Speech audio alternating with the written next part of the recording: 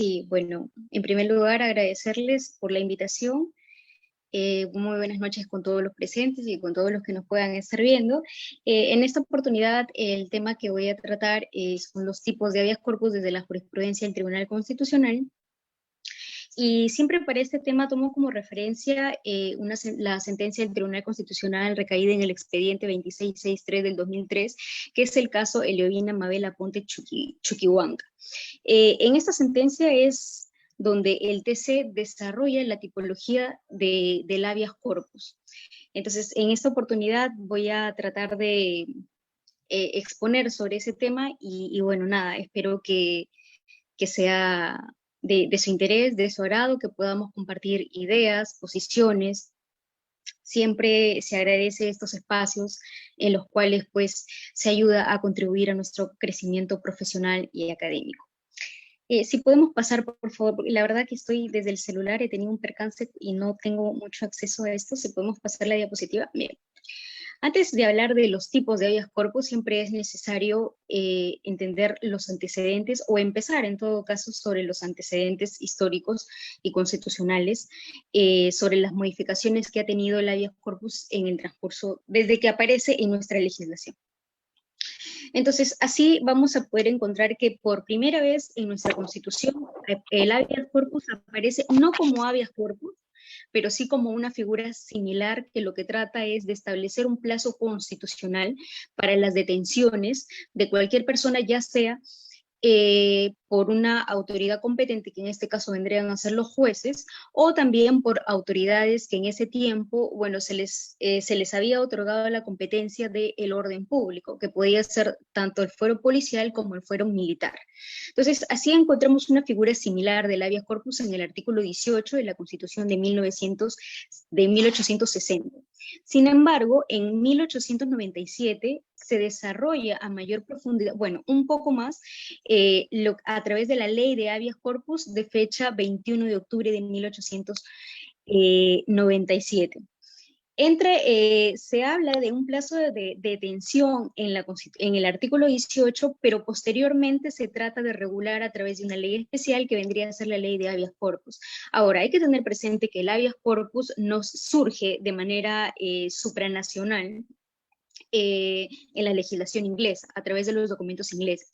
Posteriormente lo asume, lo desarrolla la doctrina norteamericana. Y ya es en nuestra Constitución cuando ya se prevé un tipo de figura similar que es con esta Constitución. Es ahí donde surge la figura más similar al habeas corpus. Luego tenemos la Constitución de 1920, que en su artículo 24 ya hablaba de la figura del habeas corpus. Obviamente estoy hablando en este tipo de antecedentes porque hay que tener presente que el código derogado, el Código Procesal Constitucional, entra en vigencia recién entra en vigencia en el año 2004. Entonces, cuando hablamos de procesos constitucionales, hay que tener en cuenta que una cosa es procesos constitucionales a partir del 2004 y antes, cuando ya se encontraban regulados, como en la primera Constitución de 1860, hablamos de mecanismos constitucionales. Muchas veces confundimos los términos y los asimilamos, pero no entendemos a qué nos referimos con esto. Y es por eso que creía yo importante hablar sobre los antecedentes. Entonces, en este artículo, en el artículo 24 de la Constitución de 1920, por eso lo tengo, ya se hablaba no solamente del arresto, no solamente de las detenciones y del plazo, sino que ya se establecía que este tipo de supuestos podían devenir o constituían una vía en la cual uno podía accionar a través del habeas corpus. Ya lo regulaba de manera taxativa en el artículo 24 de esta Constitución. Sin embargo, bueno, hasta ahí íbamos mejorando en el tema de garantizar los derechos constitucionales, como por ejemplo la libertad individual, que es el derecho fundamental que regula y que protege el habeas corpus. Luego vamos a encontrarnos con la Constitución de 1933. En esta Constitución, particularmente en el artículo 69, se establecía que todos los derechos individuales y sociales reconocidos por la Constitución dan lugar a la acción de habeas corpus. Entonces, aquí se genera el primer caos constitucional que presenta el habeas corpus, porque cuando hablamos de derechos individuales y le agregamos los derechos sociales y no ponemos y tomamos en cuenta que el habeas corpus únicamente protege o está destinado para la protección de la libertad individual, física y locomotora de la persona, y si a eso le agregamos los derechos sociales, entonces había un tema de competencia que los jueces no sabían si qué era lo que verdaderamente se pretendía regular con este artículo, cuáles eran los límites de procedencia del habeas corpus. Entonces, ¿qué es lo que hace? Bueno, aparece en el artículo 69 de 1933. Posteriormente, en 1968, luego de unos años de caos, el Poder Judicial ya no sabía cómo poder resolver y afrontar ciertos supuestos. Había supuestos que eran evidentemente vulneratorios a la libertad individual, entonces no había mucho problema. Pero cuando la Constitución era abiertamente y te decía que también regulaba los derechos individuales y sociales, ahí entraba el tema de la dirimencia y de la competencia. Entonces, en 1968 entra en vigencia el decreto ley 17083, que era el año en el gobierno de Velasco Alvarado, en la cual de alguna forma se trata de dar solución a este problema que se había suscitado y se establece una doble modalidad del habeas corpus y en cuanto a la competencia. Entonces, decía este decreto ley que el habeas corpus en cuanto a competencia se dividía en un habeas corpus de naturaleza penal y un habeas corpus de naturaleza civil.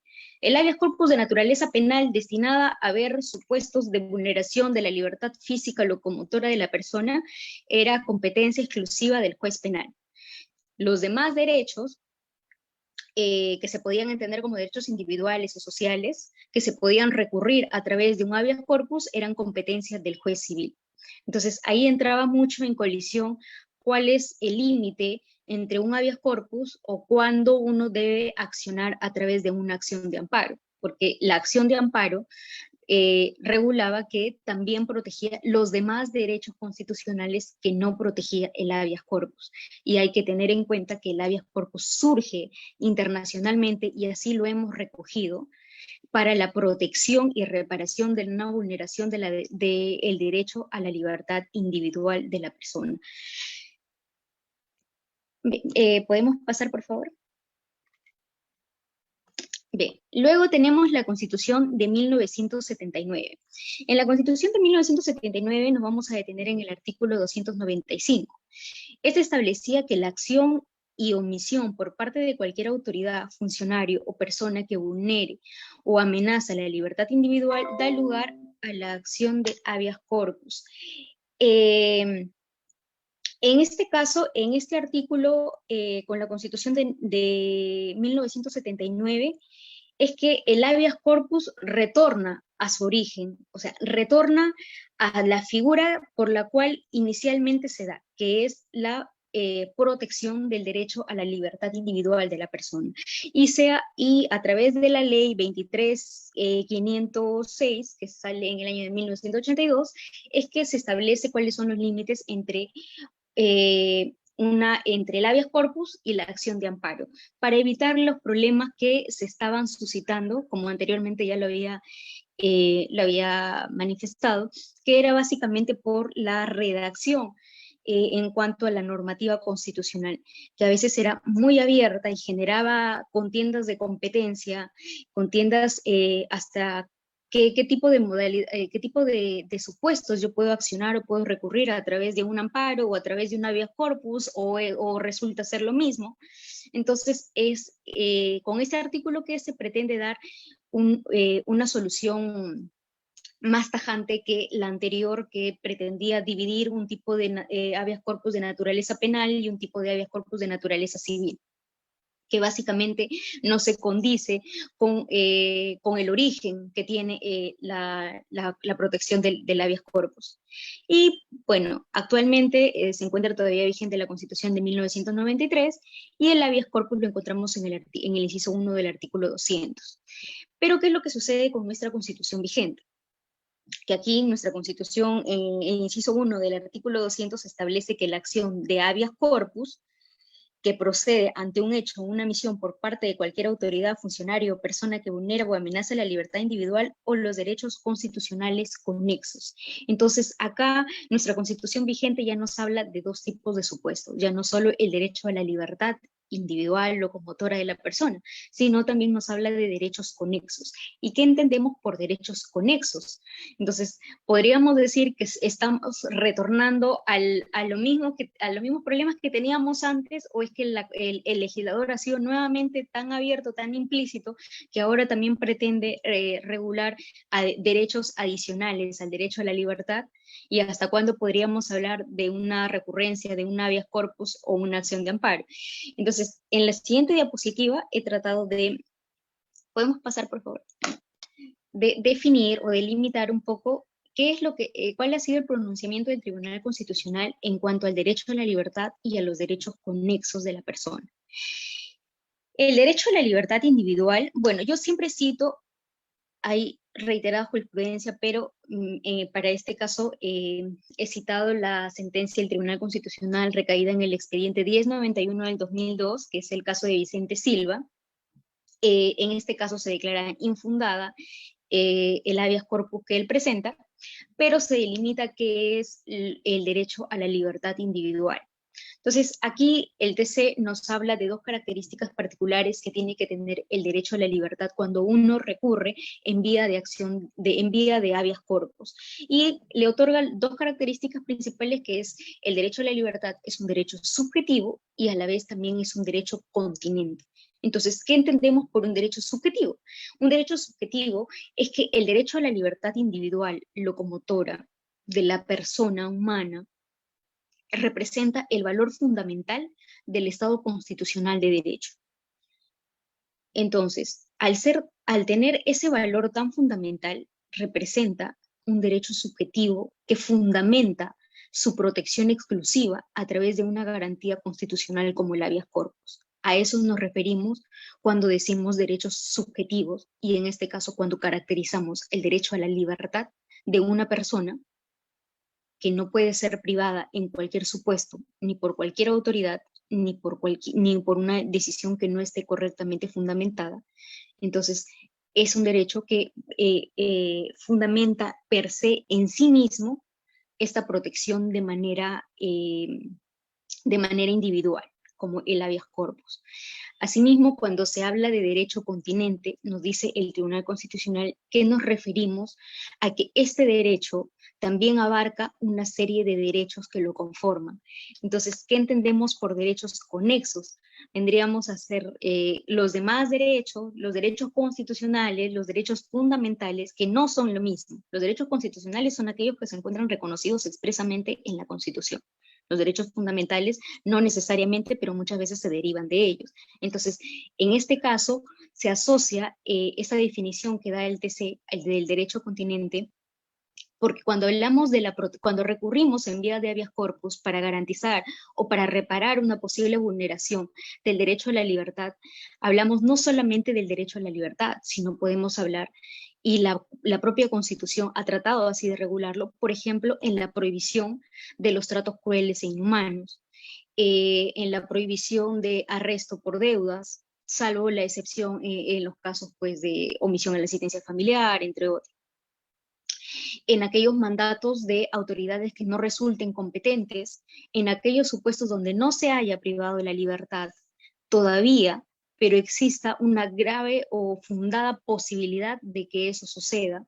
Entonces, por ejemplo, en este último supuesto, donde existe una fundada posibilidad de que esto suceda, ¿qué derecho que pueda componer o que pueda derivar de manera directa o indirecta el derecho a la libertad?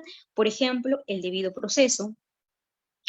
Por ejemplo, cuando estamos en casos en los que una persona que tenga a cargo a un menor, por ejemplo, ¿no? Y decide de manera unilateral su internamiento y no lo ha hecho a través de un proceso de interdicción, entonces se trata de regular este tipo de derechos que no necesariamente se encuentran dentro del derecho a la libertad, pero que se derivan de este derecho. Entonces, a eso nos referimos con los derechos continentes y que están muy íntimamente ligados con lo que el TC también define como derechos conexos.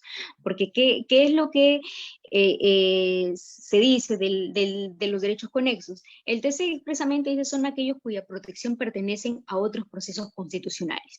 ¿A qué nos referimos con otros procesos constitucionales? La misma Constitución lo dice, la acción de habeas corpus, la acción de amparo, perdón, ¿no? Este tipo de definición lo desarrolla un poco más a profundidad en esta sentencia que he citado, que es la 3045 del 2010, es un habeas corpus, en el caso de Anilda Noreño, pero que de manera directa o indirecta tienen cierta relación con una posible vulneración al derecho a la libertad. Así como ya lo había citado, por ejemplo, el debido proceso, que a su vez se deriva, por ejemplo, en la indebida motivación de una resolución judicial, que puede devenir en la privación de la libertad de una persona. Que un juez que no es competente y que vaya a resolver algún tipo de proceso que tenga una injerencia en la libertad de una persona, igual, lo mismo, es un derecho conexo de la libertad de una persona. ¿Podemos pasar, por favor? Bien, el proceso de habeas corpus, a ver si pasamos. Bueno, esto ya lo he explicado un poco, se encuentra regulado en el inciso 1 del artículo 200, la acción de habeas corpus que procede ante el hecho o omisión por parte de cualquier autoridad, funcionario o persona que vulnera o amenaza la libertad individual o los derechos constitucionales conexos. Eso todavía se encuentra vigente, a pesar de que se haya modificado el Código Procesal Constitucional, no ha sufrido mayor modificación en cuanto a la Constitución, recordando que todavía estamos en el marco constitucional, todavía no entramos al proceso constitucional en sí. Pasamos, por favor. Bien, entonces ahora sí entramos a lo que es el proceso de habeas corpus. El habeas corpus es definida como una acción de garantía constitucional que tiende a hacer respetar la libertad personal. En su origen estaba dirigido contra los abusos de poder de autoridades. Hoy en día los abusos no solo provienen de las autoridades, sino también de particulares. Bueno, cuando se habla de los orígenes por abuso de las autoridades, recordemos también la época en la que se vivía, en la que el país vivía muy azotado por la época del terrorismo, donde hubo excesos, tanto por las organizaciones terroristas como también por agentes estatales. Entonces, había mucho el afán de querer detener, por ejemplo, a una persona que estaba colaborando con el terrorismo o que era miembro de una organización terrorista. Entonces muchas veces también se cometían abusos y es por eso que conforme ha ido avanzando nuestra regulación constitucional se ha tratado de prever y de alguna forma reforzar este tipo de garantía. Por eso es que se hace mayor énfasis a lo que son los abusos de poder de las autoridades, que no son los únicos supuestos, pero que de manera histórica nuestro país lo ha vivido. Pasamos, por favor. Bien, este es un cuadro que reseña de manera clara, sucinta, concreta, lo que es el habeas corpus en el nuevo Código Procesal Constitucional. Es un cuadro autoría del doctor Omar Sar, valga darle los créditos al doctor. En realidad no hay mayor, digamos que no hay cambios profundos, relevantes del antiguo Código Procesal Constitucional con el nuevo Código Procesal Constitucional, salvo algunas particularidades que han sido cuestionadas también en su momento, como por ejemplo la informalidad, como por ejemplo que se encuentre prohibido el rechazo liminar de una demanda, el que cualquier persona pueda accionar aún sin tener mi representación, sin tener mi anuencia, pueda accionar, el hecho de que se tenga que dar conocimiento de cualquier hecho. Entonces, cuando hablamos de estas modificaciones que se han dado en el nuevo Código Procesal Constitucional, lo que hace es pues, generar mayor carga procesal y no pasar por un filtro, porque hay que tener en cuenta que los procesos constitucionales, tanto el habeas corpus como la acción de amparo, tienen características muy particulares, como por ejemplo la residualidad. ¿Qué es la residualidad? Que son procesos de emergencia, que son procesos en los que uno se tiene que decidir de manera prioritaria. No por cualquier supuesto yo tengo que recurrir a la vía constitucional. No porque si fuese así, pues todos los justiciables queremos que nuestros casos, lo que se está ventilando en un proceso penal, civil, se resuelva de la manera más rápida, más célere. Pero en ese tipo de casos hay supuestos particulares.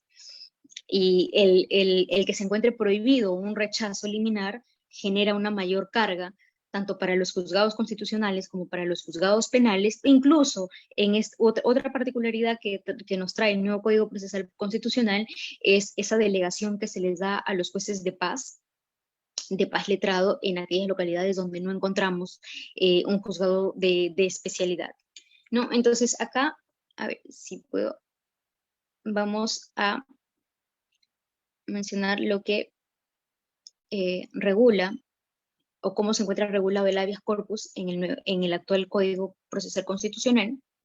Y empezamos hablando, bueno, el artículo 29 y 30, que es desde donde empieza el proceso de habeas corpus, nos habla de la competencia. En este caso, el doctor bien lo ha dividido la competencia del juez y la competencia del territorio. El juez competente es constitucional si es que en la corte de la localidad donde se haya producido el hecho o donde se encuentre la víctima exista un juzgado de especialidad constitucional, y si no hay, tiene que ser el juez de investigación preparatoria o el juez penal, ¿no? En cuanto al territorio, donde se produjo la afectación o la amenaza, y también puede ser donde se encuentre la víctima en el momento de la detención o de una posible desaparición. En cualquier caso, en cuestión de competencia, también se puede comisionar a jueces de paz letrados en lugares apartados, ¿no? En lugares donde no exista este tipo de especialidad, ni el juez constitucional ni el juez penal, y estén solamente los jueces de paz. Ellos también tienen competencia para poder comisionar y poder conocer este tipo de procesos. En cuanto a la legitimación, acá sí hablamos de modificaciones con el antiguo código.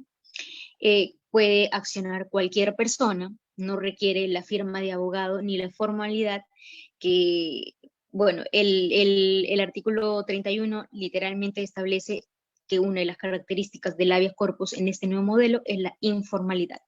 Y obviamente siempre va a ser como parte legítima la Defensoría del Pueblo. Ahí sí no hay mayor modificación con relación al antiguo código. En cuanto al artículo 32, que son las características, bueno, que era lo que ya venía explicando, ¿no? No existen vías paralelas, la informalidad, solo se requiere una narración sucinta de lo que haya sucedido, la actividad vicaria puede ser cualquier persona, la unilateralidad, que es otra característica que ha sido cuestionada, que viabiliza que el juez pueda emitir un pronunciamiento de habeas corpus sin tener que trasladar a la parte demandada, ni tampoco escucharle o solicitarle que absuelva los hechos que presuntamente pues estaría cometiendo en agravio de otra persona. Bien, esas son las características. Y luego tenemos, el artículo 33 nos habla de los derechos protegidos. ¿No? Aquí encontramos un listado de derechos, como por ejemplo la integridad, la libertad personal, que no, bueno, aquí imagino yo que por la coyuntura que se ha venido dando a raíz de la inmigración venezolana, a raíz de las diferentes inmigraciones que se ha venido dando, es que se ha considerado prever más taxativamente este tipo de supuestos, ¿no? El tema del que no sean expatriados, el tema de los extranjeros que no tengan documentos, ¿no? Que no pueden ser reclutados forzosamente en las Fuerzas Armadas, no puedan ser detenidos por deuda. Bueno, ahí no ha habido mayor modificación. En cuanto a las novedades, acá sí lo dice: la explotación infantil y la trata de personas, no declarar contra el conviviente, la ejecución extrajudicial y la desaparición forzada, el derecho a la verdad, el plazo estrictamente necesario, el plazo necesario o el plazo razonable, que es como mayormente lo desarrolla el Tribunal Constitucional, es uno de los considerados delitos conexos de del derecho a la libertad individual de la persona. Entonces, cuando hablamos de un plazo razonable, que más adelante lo vamos a ver en una de las tipologías del habeas corpus, hablamos de una viabilidad para recurrir en vía de habeas corpus. Bueno,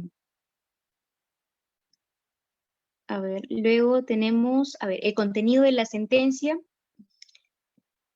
Si se declara fundada, obviamente lo que vamos a obtener es que se ponga en libertad el afectado, que se continúe la detención corrigiendo ciertas condiciones, que el favorecido sea puesto a disposición del juez, que cese el agravio producido en los demás casos. Bueno, cuando hablamos de que cese el agravio, vamos a conocer entre uno de los tipos del habeas corpus, es que no hay un tipo de habeas corpus que no necesariamente se da cuando se haya privado de la libertad, sino hay un tipo de habeas corpus que es cuando exista un tipo de perturbación a mi libertad personal, individual, y otro que cuando yo me encuentre en una situación en la que en la que haya un grado máximo de certeza de que se vaya a producir una vulneración a mi libertad o una privación de mi libertad, más que vulneración, una privación a mi libertad.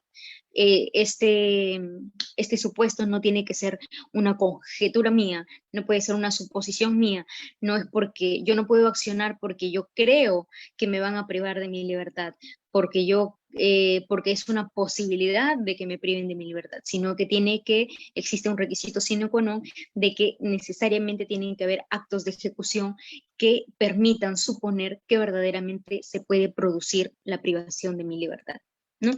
Bueno, en cuanto a las normas especiales del procedimiento, no cabe la recusación, salvo por el recurrente. No caben excusas de jueces o secretarios, que bueno, eso sí es positivo. Los jueces deben habilitar día y hora. Bueno, acá les dan el plazo de un día para que puedan resolver, para que puedan apersonarse en diligencias que resulten necesarias y que sean de emergencia. El Código Procesal establece que el juez debe constituirse, si así lo requiere el recurrente, al lugar donde presuntamente se habría producido, sobre todo en los supuestos de detenciones o de presuntas desapariciones forzadas. No interviene el Ministerio Público, bueno, obviamente ahí sí no interviene. Se pueden presentar documentos en cualquier momento. El defensor de oficio se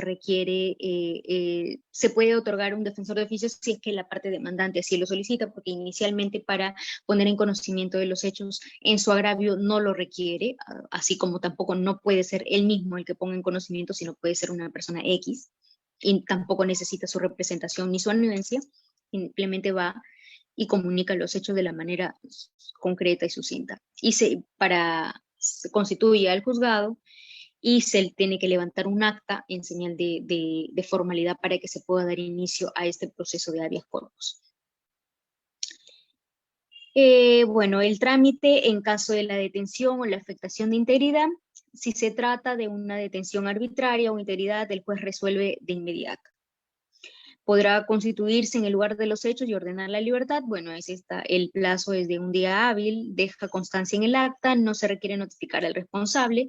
Bueno, esas son básicamente las particularidades que se ha presentado en este nuevo Código Procesal Constitucional, a diferencia del anterior, que era un poco más formalista, pero que no hay modificaciones que sean muy relevantes, salvo algunas que han sido cuestionadas, pero que en definitiva, a pesar de que se ha recurrido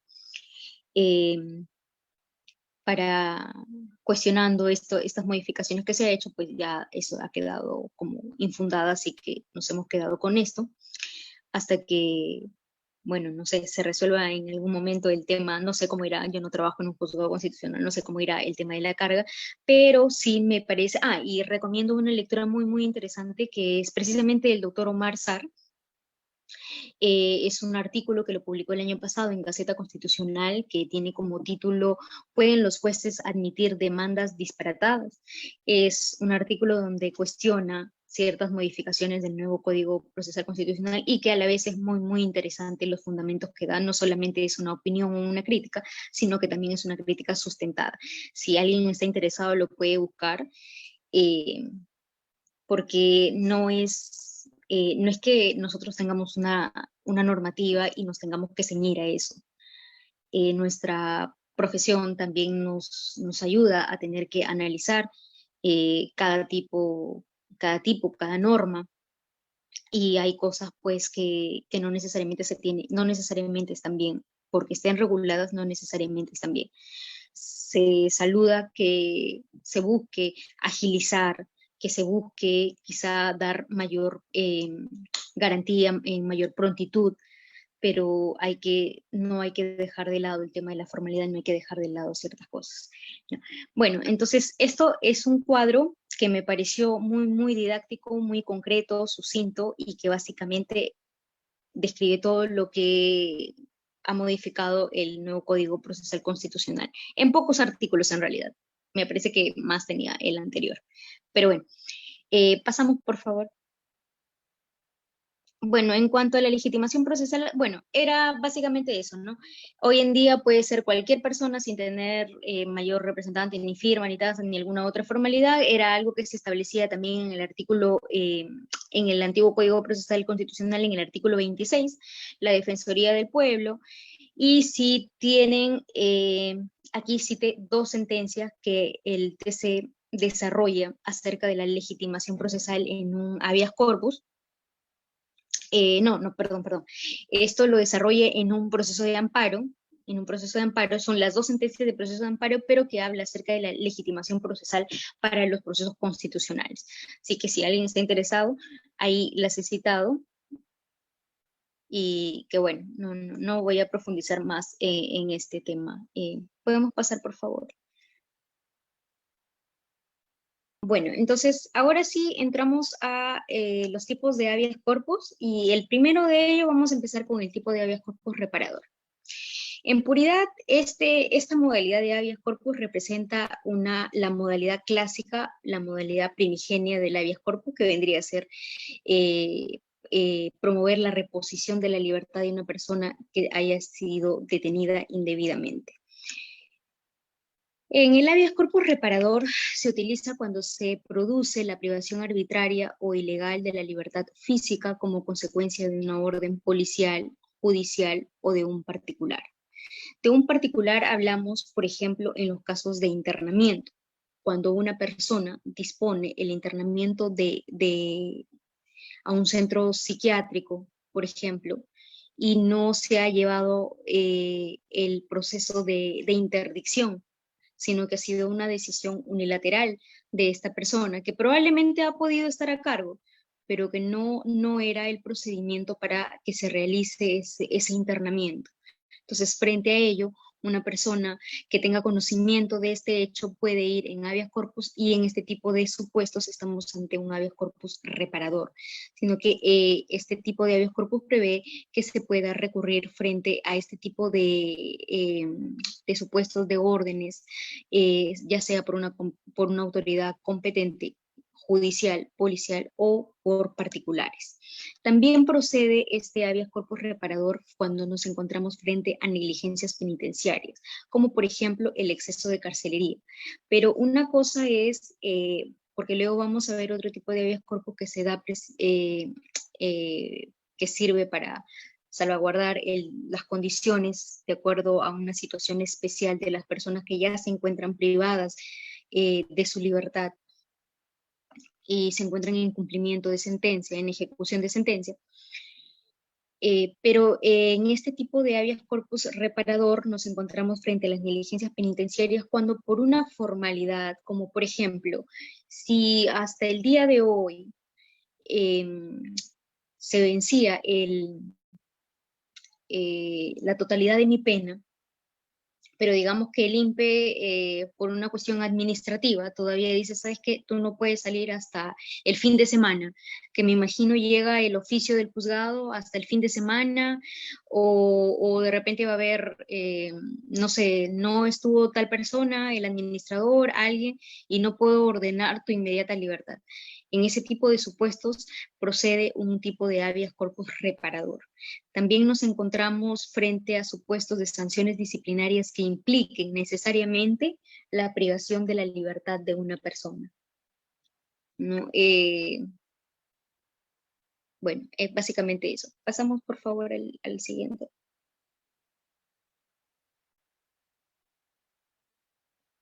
En el tipo de habeas corpus restringido, en este tipo de habeas corpus se dice que se limita en un menor grado la libertad de la persona. Pero ¿cuál es la característica particular? Que es la prohibición o la perturbación de acceso o de circulación. Por ejemplo, un caso muy concreto es si yo estoy aquí en mi departamento, en la puerta de mi departamento, justo a la vecina de al lado se le ocurre hacer unas mejoras en su casa, en su departamento, y para ello, pues, deja todas las cosas justo en la puerta donde yo tengo que circular y donde yo tengo que entrar. O se le ocurre construir algo que nos divida y que eso de alguna forma perturbe o prohíba que yo tenga acceso o que circule por esa vía, que digamos puede ser mi vía habitual. Entonces estamos frente a un supuesto de un habeas corpus restringido. También procede frente a los supuestos de vigilancia domiciliaria arbitraria o injustificada, cuando, por ejemplo, yo ya haya solicitado el cese de la vigilancia domiciliaria y aún continúe, entonces ahí también yo puedo recurrir en un habeas corpus y estaríamos frente a un caso o un tipo de habeas corpus restringido. Pasamos, por favor. El siguiente habeas corpus, es el habeas corpus correctivo. Acá estamos frente a actos de agravamiento ilegal o arbitrario respecto a las condiciones en las que se cumple la pena privativa de la libertad. Aquí el habeas corpus correctivo es básicamente para aquellos supuestos de las personas que tengan una especial característica o particularidad que ya se encuentren ellos privados de su libertad. O sea, no es que recién te van a privar, no, sino lo que se trata de proteger en este caso son los derechos conexos que se derivan del derecho a la libertad, del derecho a la libertad. ¿Por qué? Porque si bien se encuentran recluidos dentro de un centro penitenciario, que el internamiento en ese lugar está plenamente justificado, que ha sido emitido por una autoridad competente, esto es por un juez penal que ha emitido una sentencia condenatoria o ya sea por prisión preventiva y que todavía esté dentro del plazo. Entonces lo que se busca es la protección de otro tipo de derechos, como por ejemplo el derecho a la vida, la salud, la integridad física, psicológica, el derecho al trato digno y a la prohibición de los tratos crueles e inhumanos. Aquí hay una sentencia que he creído conveniente citarla, que es la sentencia recaída en el expediente 726 del 2002, es el caso del señor Alejandro Rodríguez versus la presidencia del INPE. En estos casos en los que el INPE, por ejemplo, decide de modo propio, ellos tienen su propio reglamento interno, pero cuando hay supuestos de abuso dentro de las personas que se encuentren privadas de su libertad y que puedan comunicarlo, ya sea a sus abogados o a sus familiares, estas personas pueden recurrir en vía de habeas corpus y es un habeas corpus de tipo correctivo, porque lo que se busca es garantizar el trato digno a las personas que se encuentren privadas de su libertad, así se encuentren pagando una condena, ¿no? O sea, no existe mayor discriminación. No es que el trato digno tiene que ser solamente para las personas que estén por privarlas de su libertad o que tengan el ejercicio exclusivo de su libertad y contra ellos no, ellos también tienen un tipo de protección que también se puede accionar a través del habeas corpus y tiene esta modalidad del correctivo, porque como ya lo había dicho, lo que se busca es la protección no solo del derecho a la libertad individual, porque el derecho a la libertad ellos se encuentran restringidos o limitados de ese derecho y es una limitación justificada porque se da a través de una autoridad competente, se da por un hecho justificado, pero lo que no se justifica y lo que no se podría justificar es un trato abusivo, cruel e inhumano, así se trata de una persona que se encuentre ya privada de su libertad. Entonces, cuando estamos frente a actos de agravamiento ilegal o arbitrarios respecto al cumplimiento o a las condiciones del cumplimiento de esta pena privativa de la libertad, estamos ante un habeas corpus correctivo. Pasamos, por favor. El habeas corpus preventivo, el habeas corpus preventivo tiene una característica particular que es, exige un requisito sine qua non, que es que los actos se encuentren en un proceso de ejecución. O sea, aquí he citado también una sentencia del tribunal que es el 399 del 2099, es un habeas corpus en el caso de Patricia Garrido Arsenales contra el capitán PNP Henry Huertas. Bueno, en este habeas corpus se declara también infundada porque ella refería que este tipo de amenazas que podrían limitar su derecho a la libertad consistían únicamente en llamadas, mediante las cuales supuestamente el capitán la llamaba para decirle te voy a mandar a la cárcel, entre otros adjetivos, a ti, a tu familia. Entonces, cuando estamos frente a amenazas, no es precisamente el habeas corpus la vía por la cual tenemos que recurrir. No es porque una persona me amenace, sino que necesariamente tiene que haber un acto, se encuentre en proceso de ejecución, algo que me permita a mí como juez tener un grado de certeza de que verdaderamente se puede dar la limitación de tu libertad. No, no bastan las amenazas, no bastan las suposiciones, no basta la intimidación, porque puede que una persona me intimide y que yo por eso crea que esa persona pueda privarme de mi libertad, o porque una persona me amenaza y me diga, yo voy a hacer todo lo posible porque tú te vayas a la cárcel. Eso no basta. Necesariamente tiene que haber algún tipo de intromisión que yo pueda acreditar que me lleve a mí a tener ese grado de certeza de que este hecho se puede producir. Es en realidad uno de los habeas corpus muy poco, ¿cómo decirlo? En práctica es un poco complicado cuando uno quiere accionar por esa vía, porque cualquier cosa que uno pueda considerar que es una amenaza, así yo tenga un proceso que se encuentre en ejecución, pero es una amenaza que se va no necesariamente por mi libertad y yo considero, yo me intimido y yo digo, bueno, voy a recurrir vía habeas corpus y porque creo que esta persona, si me está intimidando, sí puede lograr que me priven de la libertad. Entonces, eso no necesariamente tiene que recurrirse o ventilarse a través del habeas corpus. Eso ameritaría pues un tipo de proceso penal independiente contra la persona que me puede estar amenazando, ¿no? La amenaza tiene que ser cierta, inminente, y no necesariamente, o no tienen que ser ni conjeturas, ni presunciones, ni intimidaciones, ¿no? Pero sí, sí les recomiendo esta sentencia. Se declara infundada, pero es muy interesante lo que ella alegaba, incluso demostró las llamadas, las transcripciones de las llamadas, porque hizo la grabación de las llamadas, y se declaró infundada por los motivos que precisamente el tribunal decía, no cualquier amenaza de cualquier persona puede ser recurrida a través de un habeas corpus. Eso no quiere decir de ninguna manera que no haya algún tipo que se prive o se niegue la posibilidad de accionar en otra vía.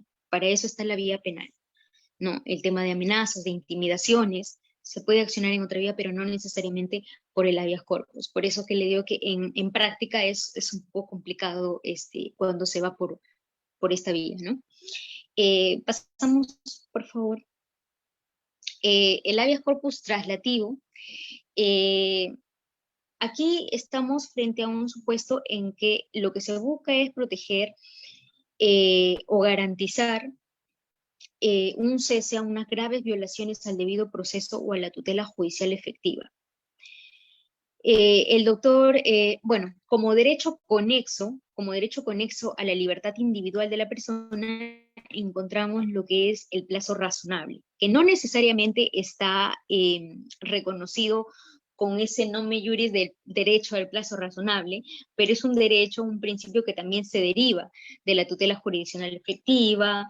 Entonces, tiene relación directa e injerencia con el derecho a la libertad física y locomotora de la persona. Acá, en el libro de Teoría del Derecho Procesal Constitucional, el doctor César Landa decía, Este tipo de habeas corpus lo que se busca es proteger la libertad o la condición jurídica del estatus de la libertad de los procesados afectados por la burocracia judicial. Generalmente, en este tipo de supuestos estamos cuando existe un retardo injustificado por parte de las autoridades competentes, sean los secretarios, sean los jueces, porque ahí siempre existe, ¿no? Si hay una demora, yo obviamente voy a accionar en contra del juez. El juez dice, no, el problema era el secretario nunca me avisó, y así pueden pasar.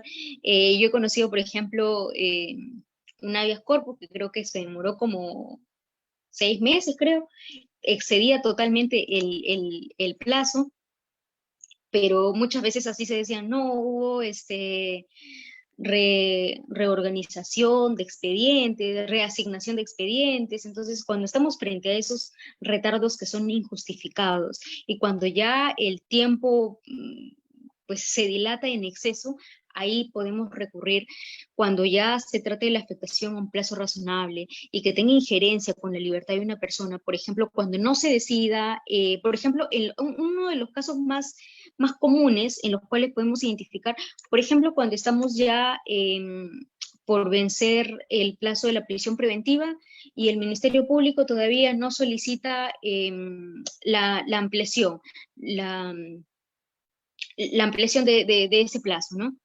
Porque dice, no, o todavía no acuso.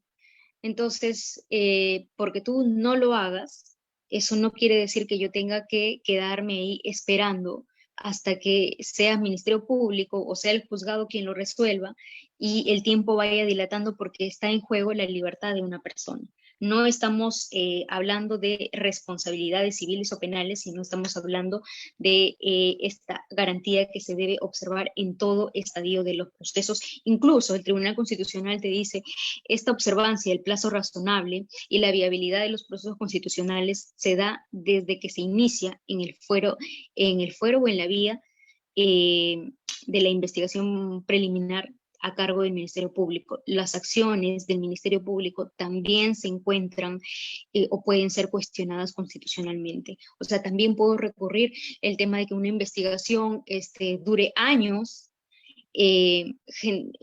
También puedo ir por esa vía cuando exista esa vulneración del plazo razonable y yo esté, por ejemplo, en calidad de investigado y así me tienen por años. Entonces yo también puedo accionar porque existe esa vulneración y lo que se busca es, por ejemplo, llevarme a juicio y sentenciarme posteriormente. Entonces ahí estamos frente a un caso en el cual se puede recurrir en un habeas corpus de modalidad traslativa, ¿no? Entonces ahí podemos reconocer este tipo esta tipología del habeas corpus. Pasamos, por favor. El habeas corpus instructivo. Aquí estamos, bueno, la doctrina lo ha reducido básicamente a los supuestos de detención y desaparición. Aquí he citado una sentencia que es una sentencia de la Corte Interamericana de Derechos Humanos, que es un caso contra Perú, el caso del señor Ernesto Castillo Páez, en la cual se declara responsable al Estado peruano por la vulneración y creo que se cuestiona, es más, la Corte cuestiona la regulación del habeas corpus en nuestra legislación, que no era lo necesariamente garantista ni protectora en los casos de detenciones, de desapariciones. Por eso es que posteriormente el tema de las detenciones y las desapariciones se encuentran taxativamente como lo había mencionado al inicio, ¿no? El nuevo Código Procesal Constitucional, bueno, el antiguo también, pero este nuevo código es taxativo y literal cuando habla del artículo 33 de los derechos que protege el habeas corpus y literalmente te ve en los supuestos de detención y desaparición, ¿no? Entonces, se ha ido, a raíz de este cuestionamiento que hace la Corte, se ha ido regulando este tipo de supuestos y se ha ido tratando de garantizar un poco más. Y también lo vemos, por ejemplo, cuando se acorta, cuando se redujo los plazos en los que la policía tenía que intervenir frente a denuncias de desaparición de cualquier persona, ya sea de menores o sea de mayores. Entonces, si alguien está interesado en conocer este tipo de cuestionamientos, pues se hace un cuestionamiento del habeas corpus, sí, pero también se trata acerca de las detenciones y de las desapariciones que se da en los cuestionamientos que se hace al Estado peruano, las recomendaciones también que se da. Así que ahí les dejo la sentencia. Quizá en algún otro momento, cuando hablemos de los derechos humanos, que es más el tema por el que va la Corte, quizá lo podamos tratar un poco más. Pero en puridad, lo que trata este tipo de habeas corpus es aquellos supuestos de detención o desaparición. Cuando yo voy a la policía, que es lo que últimamente mucho se cuestionaba, lo podíamos ver en las noticias, tenía que esperar una cierta cantidad de tiempo para poder interponer una denuncia de desaparición de una persona, sea un menor, sea un mayor. Entonces, hoy en día no, desaparece y yo puedo ir a la comisaría, puedo denunciar la desaparición de esa persona y se activan los protocolos. Eso es lo que se ha ido, es lo que de alguna forma hemos ido mejorando, ¿no? El tema de la reducción de los plazos, los protocolos que hoy en día deben de seguir los efectivos policiales, Ministerio Público cuando conoce ese tipo de procesos. Obviamente existe bueno, yo trabajo en una fiscalía especializada de derechos humanos y tenemos algunos casos también de desaparición. Y sí, obviamente, cuando ya uno lleva a una instancia de investigación o ya de un proceso penal, eh, cuando se trata de derechos humanos, el plazo razonable se flexibiliza, porque son temas en los que la cuestión probatoria, el tema de la investigación, es un poco dificultoso, sobre todo cuando se trata de agentes estatales, ¿no? Pero bueno, como le decía, ese es un tema que se podrá tratar en otro momento, no, para no profundizar más y no desviarme tanto. Pero cuando estamos frente a estos supuestos, por ejemplo, si el policía no, ya pasó 48 horas, 24, 48 horas, y no me quieren recepcionar mi denuncia o nadie hace nada, entonces yo puedo ir, o el juez todavía no emite ningún pronunciamiento al respecto, yo puedo ir por una acción por un habeas corpus y este será el tipo instructivo. Pasamos, por favor. El tipo de habeas corpus innovativo es, pese a haber cesado la amenaza o la violación de la libertad personal, se solicita la intervención jurisdiccional con el objeto de que tales situaciones no se repitan en el futuro. Bueno, este es básicamente en aquellos supuestos en los que colinda muchas veces con con el traslativo, cuando mencionaba en aquellos casos en los que, perdón, en aquellos casos en los que no tenía el tema de las amenazas, tenían que ser certeras, no podía ser cualquier tipo de amenaza, pero en estos casos, cuando se ha acreditado una amenaza inminente y que tiene injerencia dentro de un proceso de ejecución, entonces, si bien se resuelve algo a mi favor, o si bien se emitió el pronunciamiento, así sea cuando recién se estuvo resolviendo el proceso de el habeas corpus, entonces pese a que hubo ese lapso de tiempo, yo puedo interponer, o si no lo interpuse, pero ya se emitió ese pronunciamiento, recién allí yo puedo ir a través de un habeas corpus innovativo para poner en conocimiento y a través de esta garantía constitucional evitar que en un futuro estas amenazas se produzcan nuevamente y que tengan injerencia sobre mi libertad, ¿no? Es básicamente eso, es la continuación del proceso del tipo anterior que estaba manifestando en cuanto al tema de las amenazas, que no podían ser conjeturas, sino que tenía que ser algo necesariamente concreto para poder accionar en vía de habeas corpus. Bueno, pasamos por favor, creo que esa es la última. Sí, ya. Bueno, ahí no nos vamos a quedar porque ya. Pasamos, por favor.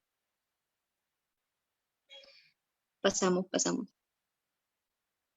Ya, ahí. Ahí, bueno, esto habría sido todo por mi parte.